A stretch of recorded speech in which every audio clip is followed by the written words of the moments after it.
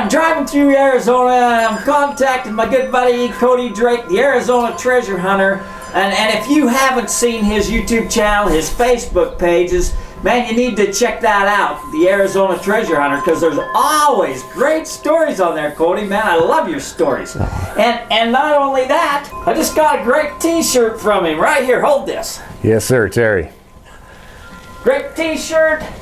And yeah, I got stickers, t-shirts, matchbooks, and oh yeah, you did give me a matchbook. Man, I appreciate that. ah, not a problem. You drove all the way out here. It's the least I could do, Terry. So, and I didn't even really know what I wanted to. I knew I wanted to get an interview out of Cody. I've been wanting to get one from him for a long time, but he's always a busy guy. But man, this guy's out in the wilderness, always treasure hunting, always doing something, man. Yeah. Survivalist, out doing what it takes to do it. And he's actually found some stuff. And so, and he was just showing me an article, and I'll put some of these in here, about some treasures that he found and his experiences living out in the desert and taking care of. So Cody, man, can you tell me that story? All right, so it was early 2005. Well, it was the summer of 2005, actually. And I was going out on a treasure hunting trip into a mountain range north of Globe, Arizona. I was only going to be there for 5 days. And I went to the rancher who owns that property, and it's deeded land for the ranch. So he has full permission. He owns it. His family owned it. And they knew me before in the past, and I asked for permission to go to this junction of canyons and to treasure hunt for some bandit loot. And they said, yeah, sure. You know, we just finished up our fall roundup early. We had some stuff going on. We had to sell earlier than normal. And so go out there, you'll be completely alone, but stay as long as you like. And that's exactly what I did. I rounded a corner in a canyon. I found this beautiful sandbar to camp on. I thought this would be a great defensive location too. It's a little tricky to climb up, but once you're up there, it's easy to defend. And I figured I'll make camp there for the night. And I slept there, and then the next morning I'm like, well, I'll just metal detect here. And I found a petroglyph panel nearby. I found a couple of strange carvings nearby, which looked to be more European than Native American. And I started metal detecting, and I found what looked to be a spike with a ring on it, but it was a very old spike, almost like it was scarred with the pitting from the rust, how long it's been there. And that was probably for picketing the horses. And then I found the butt plate of a musket, which was probably an escopeta. Wow. And then I found a coin. It was a very old, like unrecognizable coin. You couldn't recognize anything on that coin, but it was small and about the size, a little bit smaller than a nickel, but bigger than a dime. And then the next coin I found is actually in my pocket. And it was a silver coin. And it's from 1794, and it's my lucky coin. I carry it with me every day because I almost walked away from the site. Really? I almost did, because I was so happy about this coin. Like, I was over the moon. I found a 1700s coin in Arizona. I've never found a coin that old. Yeah, and I was about to leave, and then I figured, what if there's something else? And I came back. Well, I just went back to the site, and I ended up staying not 5 days, but 58 days and 57 nights alone in the Arizona desert, pulling up over 1,000 coins. There was about 50 silver coins, 3 gold coins, and the rest were copper. Cool. And then I found broken mining implements, a lot of horse tack. Now, a lot of what was being used at this time, this was the Spanish, when this was northern Sonora. A lot of what the Spanish used was rawhide material when it comes to horses, like the bozal, and they had like rawhide stirrups. So a lot of like the beautiful ornate stuff came later during the Mexican period. But there was bits, there was some spurs, and there was a couple of dangling chains which would have been on the bridles to make it more decorative and stuff. But I also found broken muskets. I found broken swords, a broken pistol, and a lot of mining implements. Now the Spanish did have a type of gold pan called a beta, which is like, it looks like kind of like the upside down Asian hat that you put the material in and you use it in a counterclockwise motion, and they still use those in Brazil and South America. That gold pan actually predates the Roman Empire. Really? Really, and I found remnants of those buried in the dirt. because they were not exposed to oxygen. Wow. Yeah, and all of the coins that I found were actually in a straight line, going from the middle of the camp into the ravine or the riverbed, and some of those coins trickled down because of flooding over the centuries, but they picked right up on the opposite side where they left off on the opposite side. And the coins went up on top of the hill and stopped, and that's where I found the gold coins. They were the heaviest coins, and they're found together in the same square foot, and pieces of them were sticking up out of the ground, exposed to the sky. Wow. And the funny part is, just about like 20 feet away was a Snickers bar wrapper in a shotgun shell. Huh. And now if you're hiking in the Arizona Southwest, eventually you're going to find Native American pottery that's over 1,000 years old just sitting on top of the ground, and some of these coins were no different. Because they were exposed to the sunlight and Mother Nature for so long, the silver tarnishes them solid black. Now, they were kind of glossy because you can still glint the sun off of them, even though they're black. Once I found them with the metal detector, you'd be like, oh, there's another one. Oh, there's another one. Some of these were like 6 inches in the soil. And like this one, this was about a few inches down, but I actually scarred it with my trowel, prying it up from rocks. And every single night when I was done treasure hunting that day, I had a regimented system down. I would wake up in the morning, I would make breakfast. I had water already reserved from the day before, so I could drink about 2 quarts of water in the morning. I would eat breakfast, which could have been jackrabbit, rattlesnake, kangaroo rats. It could have been some type of pack rat. It could have been a rock squirrel, scorpions. It could have been, I made a stew most of the time with cat claw reeds, cat claw root, prickly pear pads, the fruit, because this is the summertime. That's when the prickly pear fruit blooms, the nice big purple fruits that you see on prickly pear pads, and also ate cholla and Christmas tree cholla. So you just didn't go out there with a bundle of groceries and spend 58 nights, days and nights. You lived off the land for 58. I did. And before this, I did take 4 different desert survival courses. 2 of them I paid for, 1 was a gift to me, and then 1 was at a community college I went to school for. And this 58 days was actually the trial. This is where everything came to a head. I figured out what worked, what didn't work. I made a lot of Paiute deadfalls, which is a combat multiplier. It hunts for you. It's a rock trap, which can, you bait it, you set it up, you bait it, and I used a lot of prickly pear fruit. There's a javelina right behind you. Can you see the javelina? Oh, yeah. Yeah. Yeah. We had a javelina coming in to hear the story too. And I would set up 4 of those around my camp, and I moved my camp every week, so that way I could not overexhaust the area of hunting the mice and the jackrabbits and stuff. And jackrabbit meat is my most favorite meat in the world. It's really good. It is. And I do know how to make a really good rattlesnake stew and a rattlesnake jerky. I ate a lot of rattlesnakes out there. But yeah, I had packed in 5 days worth of groceries, like 5 days worth of food, and I stayed for 58 days. And a lot of that food I just used as snacks here and there. Yeah. The stuff that was going to spoil first, I ate that immediately. And then the stuff that could keep, I just used for snacks here and there's treats. But every night, when the day's work was done, at the gleam of a campfire, I was drawing out in my journal what artifacts I found that day, where I found them in relation to other artifacts I found on the previous day, and night after night, day after day, I began to paint a picture of what the camp looked like. Yeah. I could see the stakes in the ground where the tents were, I could see where the horses were picketed, and I could see where there was a lot of miscellaneous stuff compiled together, and that's where their campfires were, because they would just throw trash in the campfire like people do today. Huh.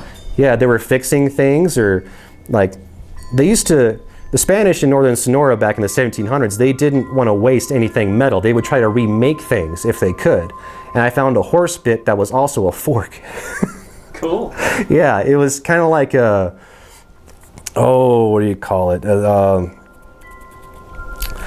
I forget the name of the bit. Anyway, it's a bit that goes in the mouth and it pinches upward on the horse. What was it? What is it? A rowel. The rowel? A rowel. Rowel. Yeah, it's one of those that they remade into a fork. So one of it still had the ring, and one of them was just a fork somebody made into a fork. And I I had the time of my life out. I was in the best shape of my life on the cactus and rabbit diet, going up and down those hills of Arizona. I probably looked like what Greek Spartan warriors looked like back then, just going up and down.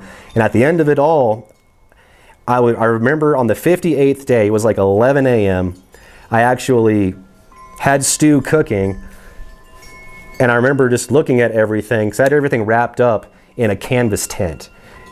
That's how I kept everything preserved out there, and I moved it every week. But I remember looking at that stew and thinking to myself, this is August now.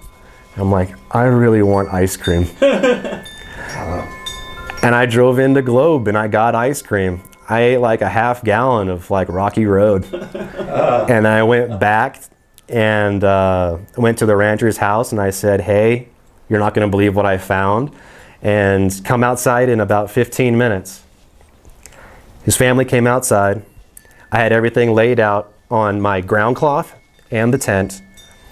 And the guy was really religious, and I guess he's really only sworn a few times in his life, and the first words out of his mouth was, son of a bitch. And he's like, you found this on our land? And I'm like, yeah, and I'm sure there's more too. And he said, well, we got a problem. And he said, yeah, this is our land, but if anyone sees that you found those coins on our property, we'll never stop the trespassers. That's true. And so he said, we'll take all of the military items, which were amazing. There was the old Spanish muskets. They would have had a short buttstock on them. Yeah. And they had a ring at the top of the hammer, so that way you could put a stick or a rod in there to tighten down the flint. And I found over 70 flints for flintlock muskets too. Wow. And they took all that stuff. They said it was for their fire mantles. They were going to give it as gifts for Christmas that year. And they said, you can keep the coins, but just don't tell anyone where you found them. And everyone asks where I found, these coins. And I'll tell you, it's north of Globe. So I got to ask you, you said you're following a trail of coins. That trail of coins is leading somewhere. Is it leading to a mine? What went on there? So I found evidence. There was broken arrowheads that I found in the sand of what was that camp. And I found 4 musket balls on the ridgeline above. So I think they were attacked. I think. I didn't find any remains. That's the weird part. I didn't find any remains, or maybe I didn't dig deep enough or in the right spot for remains. But the coins were all found in a line. And either, I believe, something or someone was running. And that's how they were lost. Because pieces of them were still sticking up out of the ground. And if you know your history when it comes to like real Spanish occupation of the Southwest, it was a barter society. They didn't have a lot of like hard money. This was probably the payroll for this individual soldier unit. And the northernmost outpost of Spanish Arizona at that time was St. Augustine de Tucson, which is now Tucson. And it was founded by Hugo O'Connor, an Irishman, a year before the signing of our Declaration of Independence. If you didn't know that, now you do. And there was 4 major military expeditions from St. Augustine to Tucson, which was a fortified church, just like the Alamo, to go into the Pinal Mountains, the Gila Mountains, and beyond, into the White Mountains to wipe out a group of Apaches that no longer exists. They were called the Peñolero Apaches, and they spearheaded every raid that hit Spanish Arizona, the Spanish settlements in northern Sonora, all the way down to Arizpe and beyond. That was before the Chiricahuas took the reins on the raids on the Spanish and the Mexicans. It was the Peñolero Apaches. And I believe this was one of the groups that got their butts handed to them by the Apaches in the canyon when they split off from the main body. So, you were showing me, and tell me about this magazine here. All right. Tell me what's happening with this. All right, so a good friend of mine, her name's Karen Hunter. She's the editor of Ballistic Magazine. She reached out to me because she heard that story and she wanted to do an article on me. Show me the cover of the magazine. Oh yeah, so this is the cover, Ballistic Magazine, and there's actually 2 versions of this cover. There's this cover with the M4s or the AR-15s on it, and then there's another cover with 1911s on it. And this came out from October, November, December of last year. And I'm at least to my knowledge, I'm the first treasure hunter to be featured in a firearms magazine. That's awesome, Cody. Yeah, and it talks about my experience during the 58 days, 57 nights, and also it talks about my death threats, because I do get death threats, from time to time. I could probably say over 70 death threats in 3 years. Really? That I've been doing this professionally. And yeah, a lot of my artifacts are on display at Bonehouse Brewery in Fountain Hills. I am actually sponsored by Bonehouse Brewery. I'm their first brand ambassador. And if you want to see a lot of these artifacts that I find, they go from the Apache Wars, Prescott's Gold Rush, Jerome's first mining days. Like a lot of those artifacts, even a lot of stuff down by the border is on display at Bonehouse Brewery. Yeah. So you was telling me Bonehouse, and there's one of them right there. Yep, here's one of the beers right here. And you said they sponsor you, and that's pretty. Hey, Bonehouse Brewery, thanks for sponsoring Cody. Yes, thank you, Bonehouse Brewery. Amazing beer for the adventure. The brewery that sponsors me, they're a pretty new brewery, in the beer world, but they make amazing beer, and they make beer for the adventure. So the one I have right here, this is a can of Engelmann's Elixir. This is actually a prickly pear beer. And all of the beer that comes out of Bonehouse Brewery has a story along with it. So if you follow the legends of the Lost Dutchman mine, you're going to love this brewery, you're going to love the beer. Because the entire brewery is based on the Lost Dutchman mine story. Now there's fictional characters in their story, but it's all about Hans von Biermann taking the role of Jacob Waltz's nephew. And he's looking for his uncle, who's the Lost Dutchman. Ah. Yeah, so the Lost Dutchman, this is a fictional, the Lost Dutchman mine story we all know, but from the beer's point of view, Hans von Biermann gets a letter from the Lost Dutchman saying, I found the mine, come to Arizona, help me work it. And so when he arrives in Arizona, his uncle is nowhere to be found. He's trying to find his uncle, he's trying to find the mine, and every single beer, he runs into new problems and new people along the way. And Engelmann's Elixir talks about one of the scientists that gave him an elixir to basically continue his journey to look for his uncle, the Lost Dutchman. Well, that's cool, man, that they incorporate the Lost Dutchman story into that, and that they sponsor you. They sponsored me, yeah. They sponsor you.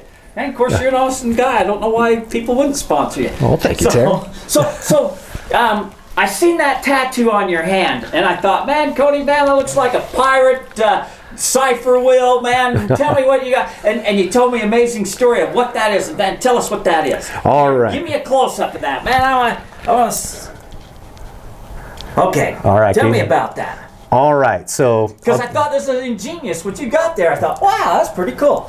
All right. So, with this compass, I'll talk a little bit about it because I want to save a little bit for people that actually book my stuff. All right. Okay. So this is called a Tudor compass, and this is from 1555, and there's actually a Tudor rose right in the middle of it.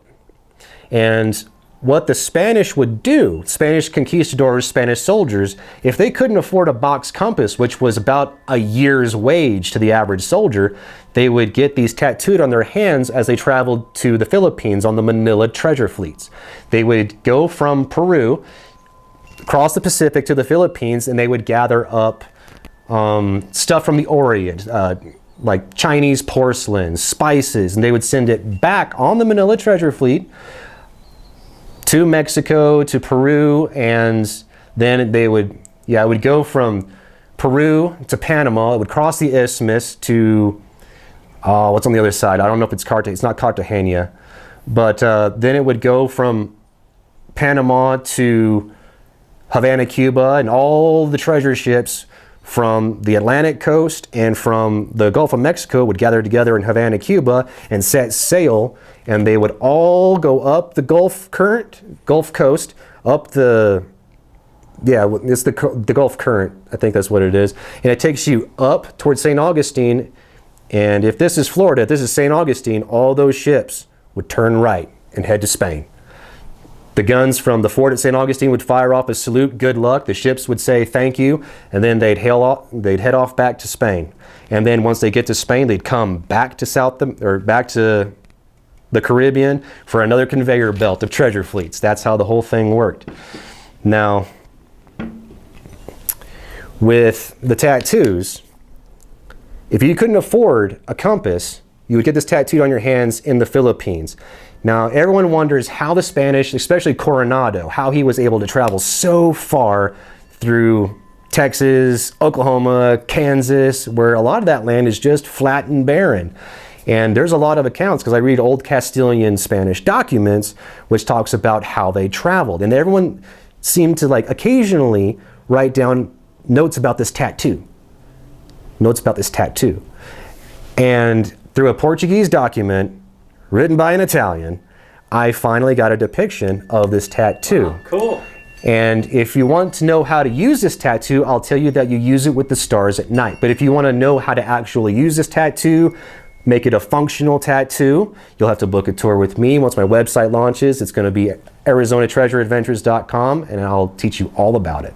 So when you told me about it, that's pretty cool and pretty ingenious how that works, and that's amazing. It is. And so you're doing these adventure tours and stuff like that, and that's your website. But you also have a Facebook page and a YouTube channel where you tell a lot of amazing stories. And I'm thinking, man, where does Cody always come up with these stories? Because they're always great stories. And so, man, how do they find your YouTube channel and your Facebook page? Because there's a lot of great content on there. There's a lot, and you can go on Facebook, Instagram, or YouTube.